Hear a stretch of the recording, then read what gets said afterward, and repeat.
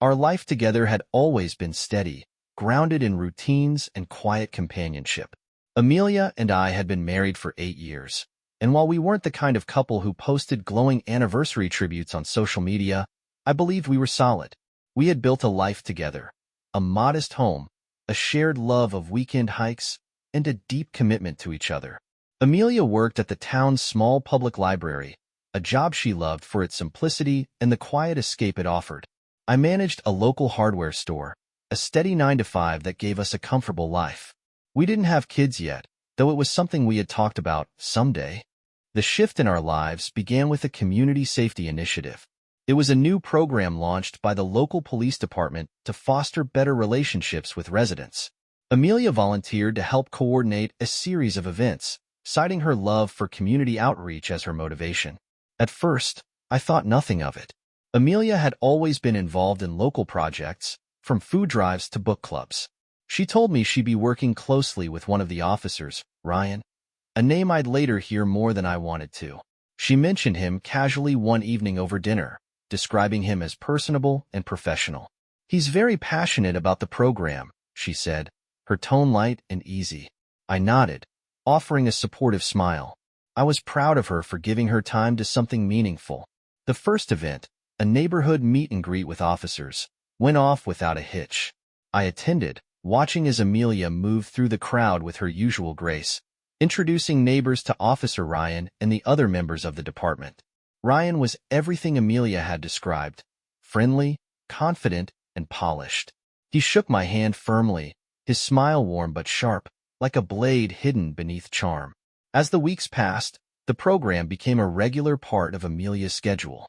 She attended planning meetings, coordinated outreach events, and spent hours creating promotional materials. Her excitement was genuine, and I was happy to see her thriving in something she was passionate about. But there were small moments that gave me pause. One evening, as we were getting ready for bed, I noticed her phone buzz with a notification. She glanced at it quickly, her expression unreadable, before setting it face down on the nightstand. It wasn't unusual for her to receive messages about the program, but something about the way she dismissed it felt off. Another time, I stopped by the library during her lunch break, hoping to surprise her with coffee. She wasn't at her desk, and her coworker mentioned she'd stepped out to meet someone about the program. I assumed it was Ryan, but found myself wondering why she hadn't mentioned it to me. I brushed it off as overthinking. Amelia had never given me a reason to doubt her, and I wasn't about to start now. Looking back, I wonder if that was the moment I should have trusted my gut. Life rolled on in its predictable rhythm, but that small unease I'd felt, the one I couldn't quite explain, had begun to grow. It wasn't something I could put my finger on, not yet. Amelia still smiled the same way, still reached for my hand during movie nights. And yet, I couldn't shake the feeling that something was just slightly off. It was a Saturday morning when the first real crack appeared. I had taken the weekend off to work on our leaky garage roof, a task I'd been putting off for months. Amelia had mentioned she'd be at a planning meeting for most of the day, and I had no reason to doubt her. Around midday, I ran out of nails and decided to make a quick trip to the hardware store. On the way there, I spotted a familiar car parked outside a small cafe on the edge of town. It was Amelia's. I slowed down, pulling into a nearby lot.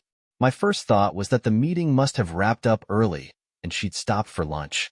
But as I sat there, watching, I noticed her sitting by the window, her back to me.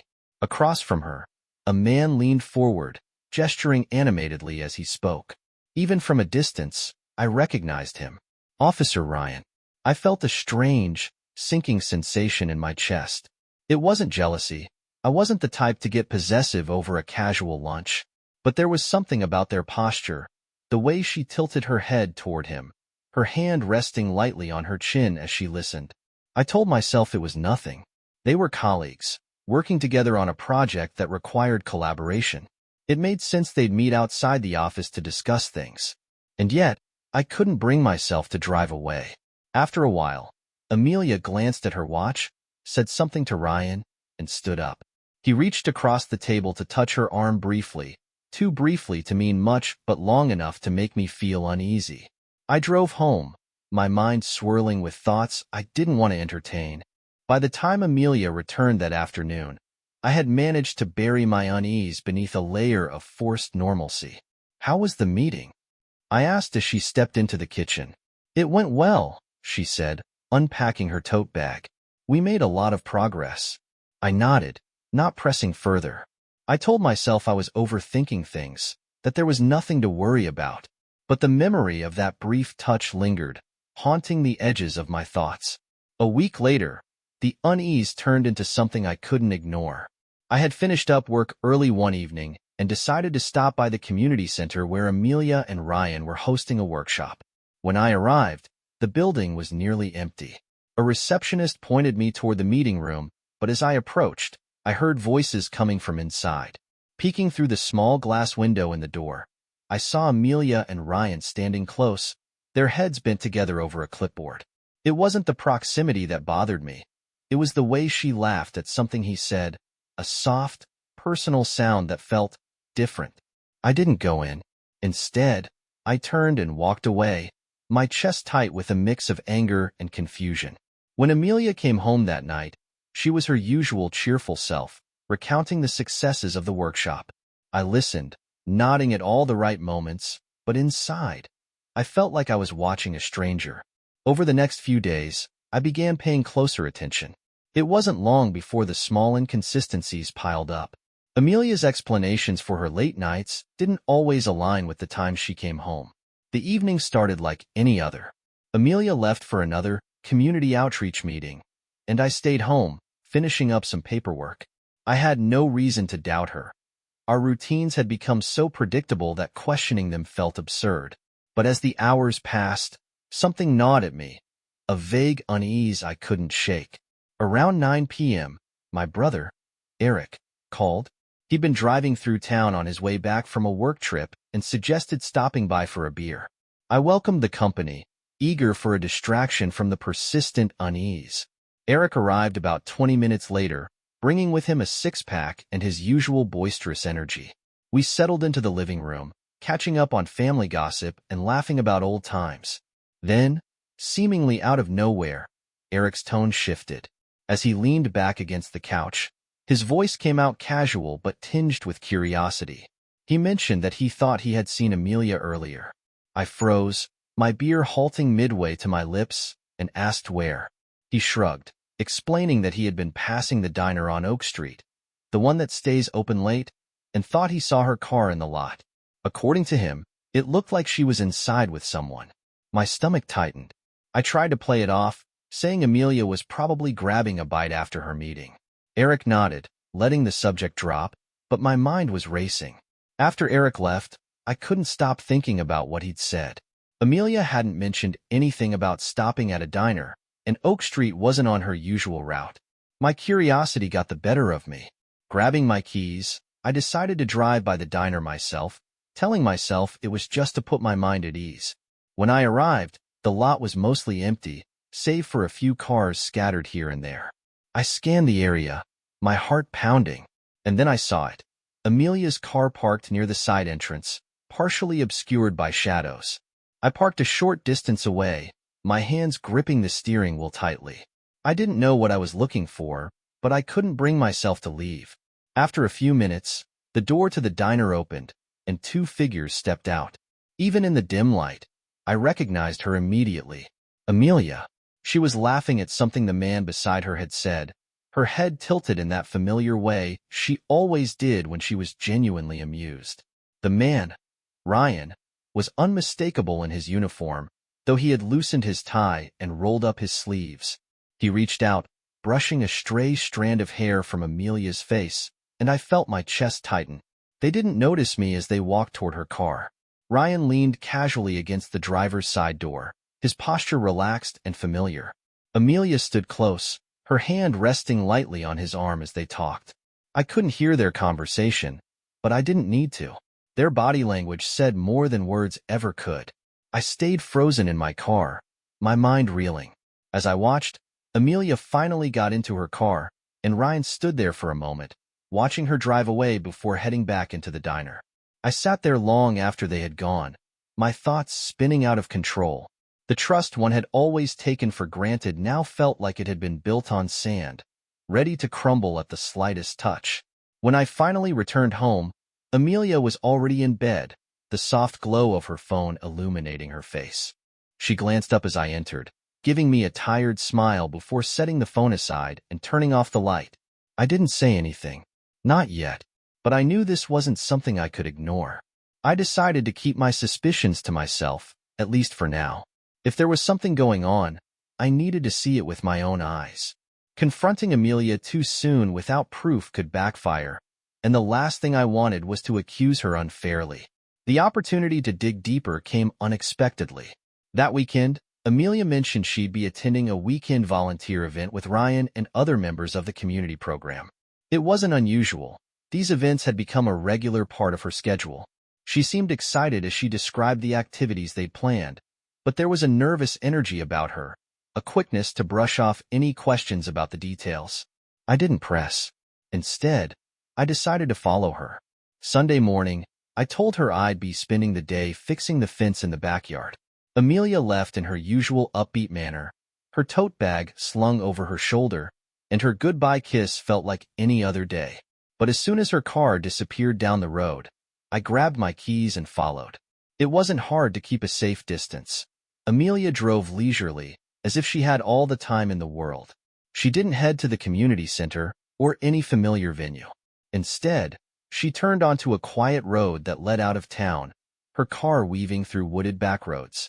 I kept my distance, staying just far enough behind to remain unnoticed. After several minutes, she pulled into the parking lot of a small, secluded park. It was the kind of place we used to visit when we were younger, before life became so busy.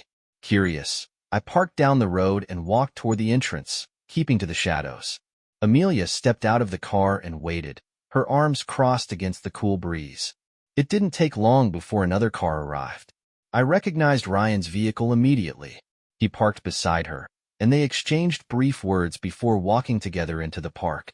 My stomach churned as I watched them disappear down the trail, their figures swallowed by the trees. I didn't follow them immediately. Instead, I lingered near the entrance, trying to piece together what I had just seen. Maybe this was innocent. Maybe they were discussing plans for the program. But why come all the way out here, to a place so secluded? After a few minutes, I decided I couldn't just stand there. I followed the trail cautiously, careful to stay out of sight. The park was quiet, the sound of birds and rustling leaves the only company as I moved deeper into the woods. Then, through the trees, I saw them. Amelia and Ryan were standing on a small wooden bridge that crossed a shallow creek. They were close, too close. Ryan leaned against the railing, his hand brushing lightly against Amelia's arm as they talked. She laughed softly, her head tilted up toward him, her expression one I hadn't seen in a long time. I ducked behind a tree, my heart pounding as I tried to steady my breathing. I felt like an intruder in my own life, watching something I wasn't supposed to see. And then it happened. Ryan reached for her hand, and she didn't pull away. Instead, she stepped closer, their faces inches apart. They lingered there for what felt like an eternity before Amelia finally stepped back, her expression a mix of hesitation and something I couldn't quite place. I couldn't watch anymore. I turned and walked back toward the entrance, my chest tight with anger and betrayal. When Amelia returned home that evening, she was her usual cheerful self, recounting the details of the volunteer event. I listened, nodding in all the right places, but inside, I was seething. The next evening, I decided to visit Amelia at work. There was no grand plan, no ulterior motive. I simply wanted to see her, to reconnect after the strange tension of the past few weeks. It seemed like the perfect opportunity to surprise her, maybe bring her a coffee and remind her that I appreciated all she did for our family. The library was a familiar place, one I had visited often with Amelia. When I arrived, the building looked as it always did, inviting and calm, its warm lights glowing softly in the evening. I parked and headed inside, the sound of the automatic doors sliding open breaking the stillness of the night. Inside, the atmosphere was quiet, punctuated only by the occasional shuffle of papers or the murmur of distant voices. I smiled at the thought of finding her at the front desk, engrossed in her work. But as I approached the main floor, I realized something was off. Amelia wasn't at her usual spot by the circulation desk, and the library felt emptier than usual. I glanced around, scanning for any sign of her, but the only other employee I noticed was busy shelving books on the far side of the floor. Curious, I decided to check the second floor, where the smaller study rooms and archives were located. The stairs creaked softly under my weight as I climbed, my footsteps echoing faintly in the quiet building. When I reached the top, I saw a faint light coming from one of the private study rooms at the end of the hall. A familiar voice, Amelia's, floated softly through the air, accompanied by a deeper tone I couldn't immediately place. I walked closer, my pace slowing as I approached the room. The door was slightly ajar, and as I peeked through the gap, my world came crashing down. Amelia was there, but she wasn't working. She was sitting on the edge of the table, her blouse unbuttoned, her head tilted back as Ryan kissed her neck. His hands gripped her waist, pulling her closer as she wrapped her legs around him, her expression one of undeniable intimacy. I froze, the image burning into my mind like a brand. My chest tightened as a mix of anger, betrayal, and disbelief surged through me. For a moment, I couldn't move. The sound of their murmurs, the laughter that I had once thought was ours alone, filled the room like a mockery of everything we had built. Without thinking, I pushed the door open. The sound startled them, and they both turned to see me standing there, my face a mask of cold fury. Amelia's expression morphed from shock to horror, her hands instinctively clutching at her disheveled blouse. Ryan stepped back, his face pale, stumbling over an attempt to speak. "Don't bother," I said, my voice sharp and steady, despite the storm raging inside me. I turned and left without another word, ignoring the sound of Amelia calling after me. Back in the car, I gripped the steering wheel so tightly my knuckles turned white. I stared ahead, unseeing, as the betrayal I had witnessed replayed in my mind. That night, I didn't go home. Instead, I drove aimlessly through the city, trying to process what I had seen, what it meant for everything I thought I knew. By the time the sun began to rise, I had made my decision. The next day, I called a lawyer. The next morning, after a few hours of restless sleep in my car, I drove to a nearby coffee shop and called a lawyer. The conversation was brief and to the point. I wanted to start the process of filing for divorce. The weight of that decision settled heavily on my chest, but I knew it was the only path forward. When I finally went home later that morning, I found Amelia waiting for me. She must have realized I hadn't returned the night before because she was sitting at the kitchen table, her face pale and her hands trembling. She looked up as I entered, her expression a mix of fear and desperation. She tried to speak, to offer an explanation or apology, but I held up a hand to stop her. I wasn't ready for more excuses. I said that her betrayal had destroyed the trust and love we had built over the years. Her face crumpled, tears streaming down her cheeks as she tried to defend herself.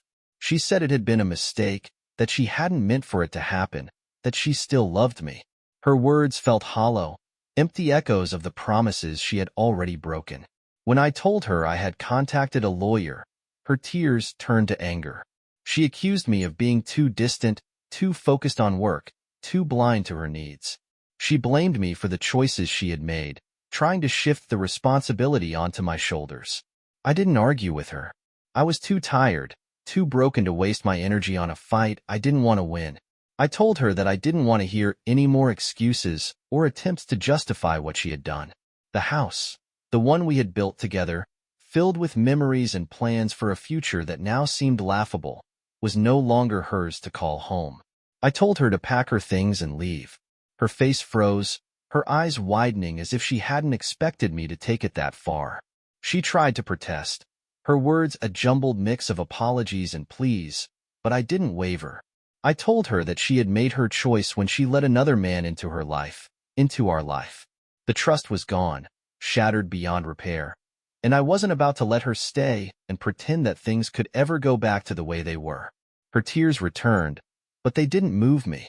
She begged, her voice cracking as she swore she would do whatever it took to fix things. I could see the panic in her eyes, the realization that her actions had real consequences. I told her it was too late. I had already contacted a lawyer, already made up my mind. When I walked out of the room, Her cries followed me, but I didn't turn back. I retreated to the guest room, closing the door behind me, and leaned against it, trying to catch my breath. The adrenaline was fading, leaving behind a hollow ache that seemed to settle in my very bones. I didn't sleep that night. The house felt suffocating, every corner a reminder of what had been lost. By morning, I heard Amelia moving around quietly, the sound of boxes being shuffled and drawers opening and closing. When I finally came out, she was standing near the front door, a few suitcases at her feet. Her face was red and blotchy, her eyes swollen from crying. She looked at me, her mouth opening as if to say something, but I shook my head. I told her to go. She hesitated for a moment, then picked up her bags and stepped outside. The door closed behind her with a soft click, and I stood there in the silence, staring at the empty space where she had been. If there's one thing I've learned from all of this, it's that trust is a fragile, precious thing. It's not something you can force, nor is it something you can rebuild once it's been completely shattered. I don't know what the future holds for me, but I know one thing. I won't let this define me. Her choices don't dictate my worth, and her betrayal isn't the end of my story. It's just the beginning of a new chapter. For anyone out there feeling the sting of betrayal, let me tell you this. You deserve honesty, loyalty, and love that doesn't come with conditions. Don't settle for less. And when the time comes, have the courage to let go of what's hurting you, even if it's the hardest thing you'll ever do. And with that thought, I closed the door on the past and stepped into whatever came next.